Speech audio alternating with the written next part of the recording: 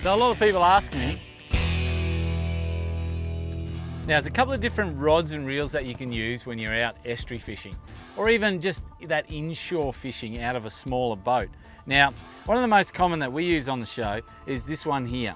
Okay, so it's called a Baitcaster. Now I don't know why they call it a Baitcaster, because you actually don't really cast any bait, you actually cast lures. So maybe they should call it a lure caster. But anyway, they call it a Baitcaster, and this one is actually a travel rod. So this is a 3-piece travel rod.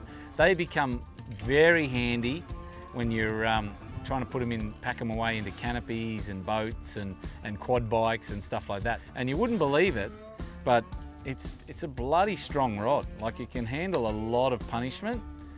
We've caught some big fish on such a small rod.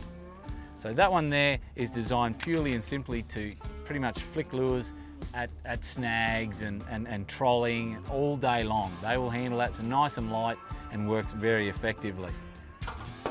The other one I use is also a very effective sort of compact rod, is the spin. So this is a spin rod with what we call an egg beater or a spin reel. Now, good for inshore, good for estuary, and can handle big fish, even heavy trevally.